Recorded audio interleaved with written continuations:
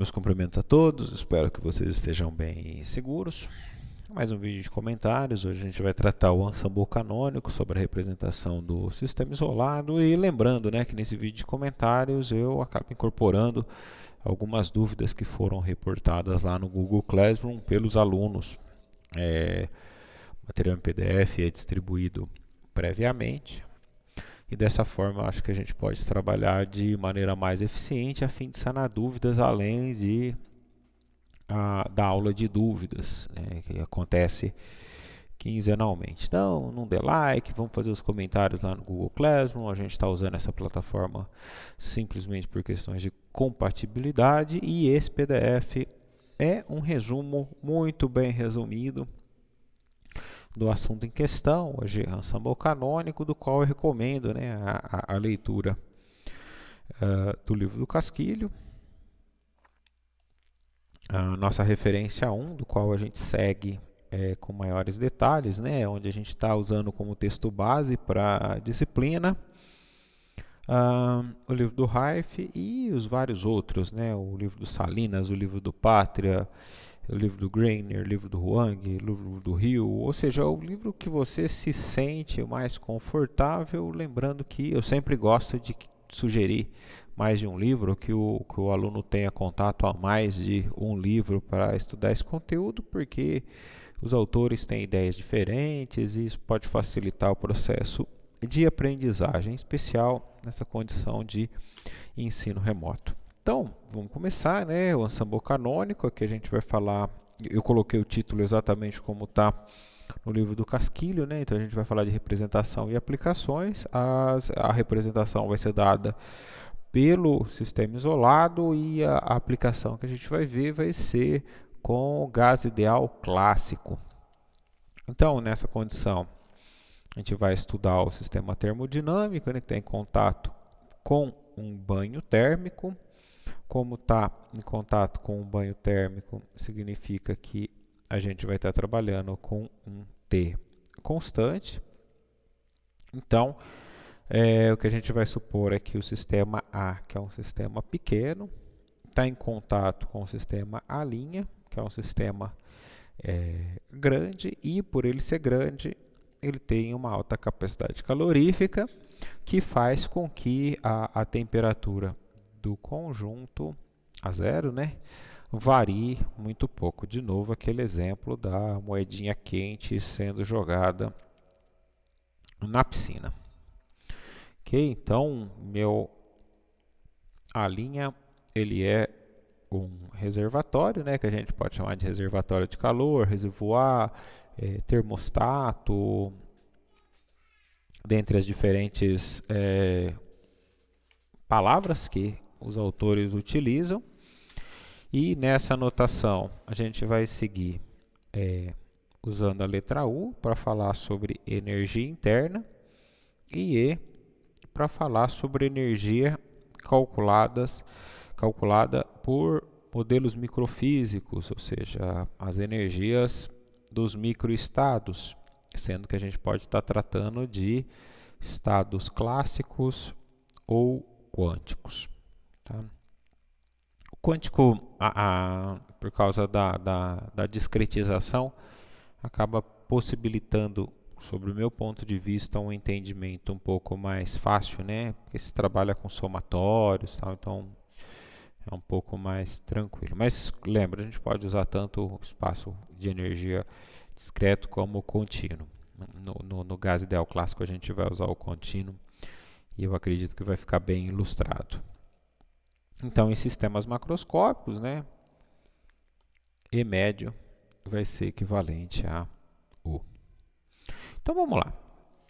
Sistema em equilíbrio com um reservatório de temperatura, especificamente ensemble canônico. Então, aqui a gente vai considerar que o meu sistema ele é separado por paredes fixas.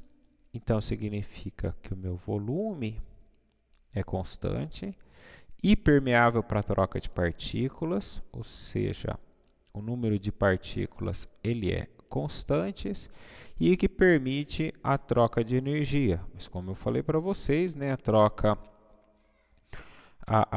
é grande, o meu sistema, a linha é grande, né? Então essas trocas de energia vão manter a temperatura constante e assim a gente caracteriza nosso ensemble canônico, né? Temperatura, volume e número de partículas constantes. Aqui foi extraído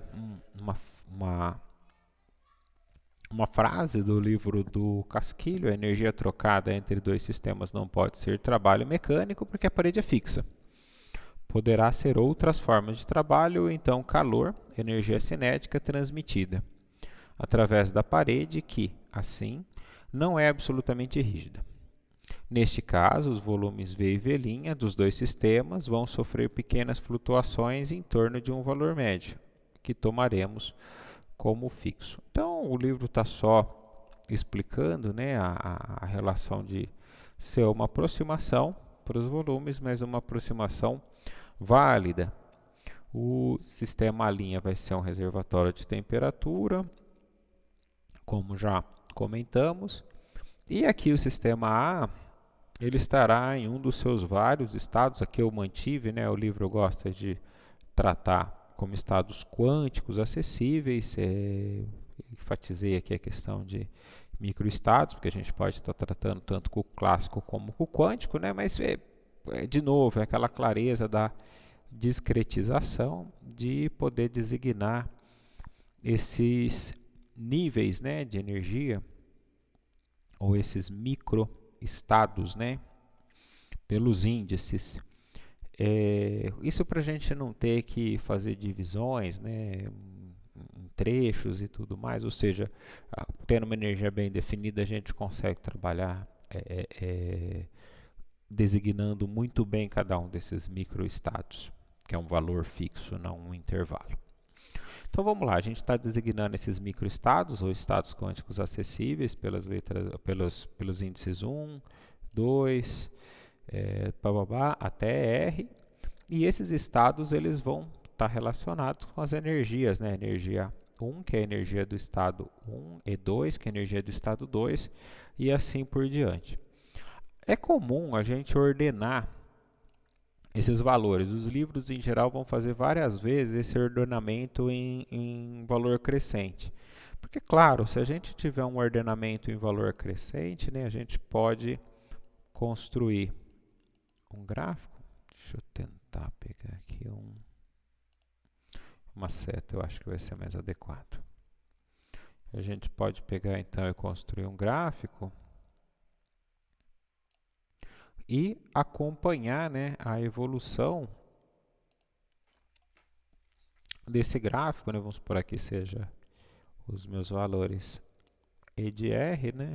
E aqui, por exemplo, probabilidade, algo que a gente esteja calculando em relação ao estado. Então a gente consegue ter um ordenamento, né, sobre o tipo de comportamento que está tendo, avaliando, né, as energias de maneira crescente. Se a gente não tiver de maneira crescente, né, então aí a gente pode acabar não tendo essa informação de maneira muito clara, ou seja, acaba sendo ruim para a nossa análise, para a nossa forma de pensar. Só que lembra, como a gente está falando de física e estatística, se isso não for feito, de certa forma, é uma dificuldade para a gente, mas não tem importância, porque as médias vão ser calculadas sobre os estados. Tá? Então é isso que eu quero dizer com matematicamente, não altera nada e com facilitar a visualização gráfica. Então, vamos lembrar que alguns microestados podem ter a mesma energia, né? Então, nesse caso, se a gente tiver mais de um estado com a mesma energia, a gente diz que esse estado ele é degenerado. Quando existe apenas uma ocorrência da energia, a gente diz que é não degenerado. Então, aqui uma das coisas que acaba ocorrendo, só para dar um exemplo de aplicação, é que quando a gente estuda, por exemplo, o processo de nivelamento de proteínas, por exemplo, a gente sabe por definição que o estado funcional, né, o estado nativo, isso na abordagem mais ingênua do estudo de nivelamento de proteínas. Ele é um estado não degenerado. Então, isso vai permitir que a gente faça uma simulação bastante longa, conte os estados e então faça a normalização em relação ao estado funcional, no estado nativo. Ok? E assim, por isso que essa informação acaba sendo interessante, né? A gente dizer que um determinado estado é não degenerado significa que existe apenas uma ocorrência para aquela energia. Então agora, né, lançando mão do sistema isolado, a gente vai fazer uma reprodução do que a gente viu nos conteúdos anteriores, né? Lançar mão da simetria para conseguir extrair as propriedades termodinâmicas de interesse. Então aqui o zero, né, está falando de energia interna do meu conjunto A mais a linha. Ele vai ser formado então por E de R, né, dos estados ali,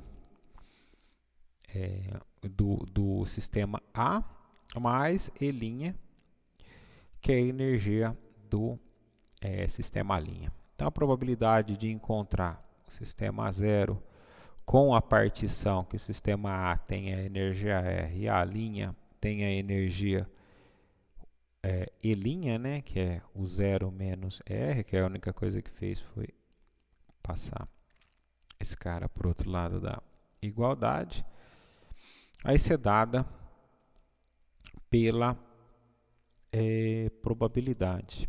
Aqui me desculpem, eu coloquei um P minúsculo, por favor entendam aqui como um P maiúsculo, né? Vamos lembrar que a nossa convenção é que P maiúsculo, né, como está aqui embaixo, a gente está usando para probabilidade, e P minúsculo a gente está utilizando para pressão.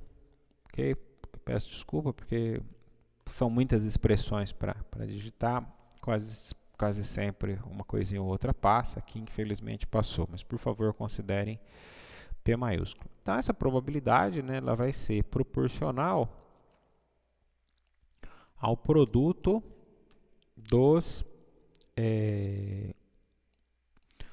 da degenerescência, né, dos microestados, ou seja, da ocorrência das energias nesses sistemas. Aqui, anteriormente eu fiz eu devo ter feito um exemplo do tipo, combinar, por exemplo, 2 camisetas com 3 calças ou algo do tipo, esse tipo de contagem que a gente está fazendo aqui para a probabilidade.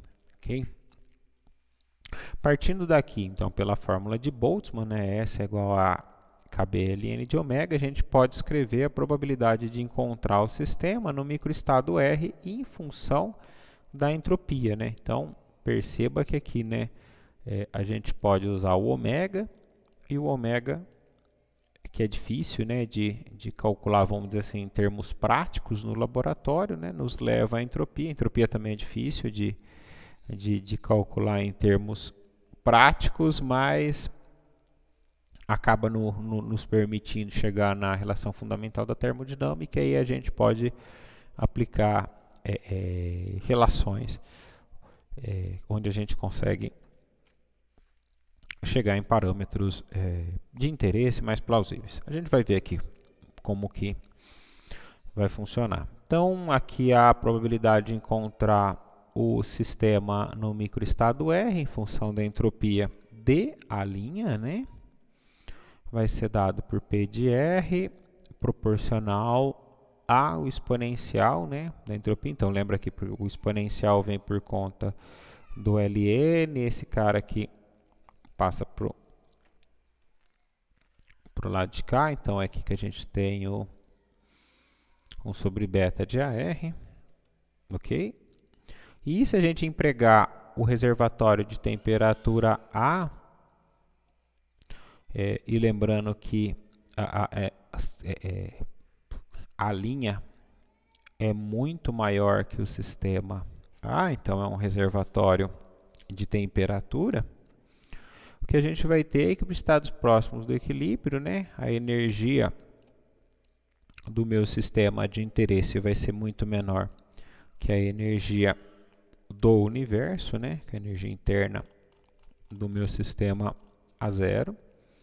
Então, a energia do meu A0 vai ser aproximadamente ou praticamente a energia do meu sistema A', salvo pequenas variações, né? Que são representadas pelas trocas de calor, que é o que faz com que a temperatura se mantenha praticamente constante. Então, se a gente seguir um processo similar ao que a gente já fez anteriormente, a gente pode desenvolver a entropia do reservatório, porque é lá que a variação foi pequena, né? Lá que a temperatura mudou muito pouco, que os estados mudaram muito pouco pela troca de calor. Então, se mudou muito pouco, muitíssimo pouco, a gente está em torno, então, de U', e a gente pode fazer, então, uma expansão em série de Taylor em torno desse U0. Ou seja, em séries de potência, né, de E' menos U0, que vai ser igual a menos ER, porque entende-se que, pela simetria, né, a energia que o sistema A perdeu, o sistema A' ganhou, e se for o contrário, né, a energia que o sistema A' perdeu foi porque o sistema A ganhou. Então, seguindo, aqui a gente vai expandir em série de Taylor, como está apresentado na equação 4, em torno de U0. Isso aqui é exatamente o que a gente fez no último vídeo de comentários, tá? E lembrar que a gente está expandindo até o termo de segunda ordem, porque como as temperaturas elas variam muito pouco, termos de ordens maiores eles são desprezáveis. Isso é algo que vocês podem comprovar, né, em alguns sistemas, resolvendo os exercícios propostos nos livros mencionados ou nos exemplos presentes nos livros mencionados. Pode-se colocar um termo a mais aqui e verificar que a contribuição é desprezável. Ou seja, então, pegando aquele resultado e dividindo por KB, né, e lembrando que 1 sobre KBT é igual a beta, né, então a gente pode escrever que 1 sobre T é igual a KB vezes beta, e então lançar a mão de que beta é a derivada parcial da entropia pela energia com volume e número de partículas constante. Então, se a gente fizer isso, a gente obtém a expressão 5, né? Então, fazendo a divisão por KB, que é como está apresentado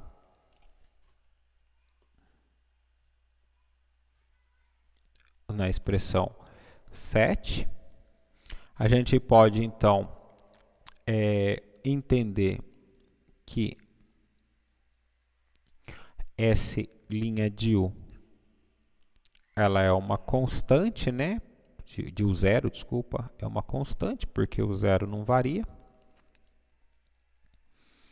Energia do sistema isolado, né? Do conjunto A mais A', permitindo escrever que a probabilidade de encontrar o sistema A com energia R vai ser proporcional ao exponencial de menos beta ER.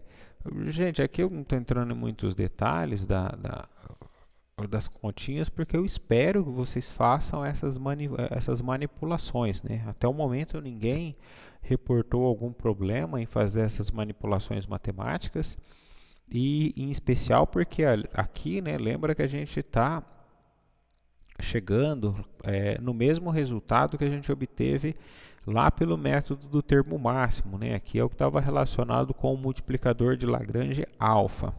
Então, Esse cara aqui, não, esse é o que está relacionado com o beta, né? O alfa estava relacionado com a função de partição. É isso mesmo.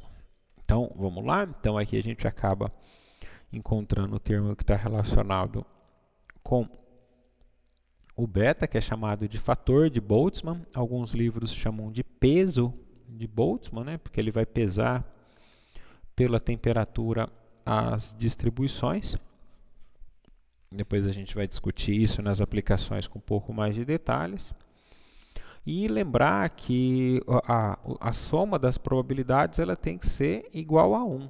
Então, se a gente lança a mão da condição de normalização, a gente acaba obtendo o que a gente chama de função de partição. Ou seja, se a gente somar todos esses possíveis energias, né, para esse fator de Boltzmann, a gente vai acabar obtendo como que as energias estão particionadas no meu sistema e assim, por tratar de ensemble canônico, definimos então a função de partição canônica, uma vez que a função de partição canônica é oriunda da condição de normalização, né? Então, ao colocar aqui no denominador, a gente pode remover, né, o símbolo de proporcionalidade, encontrando então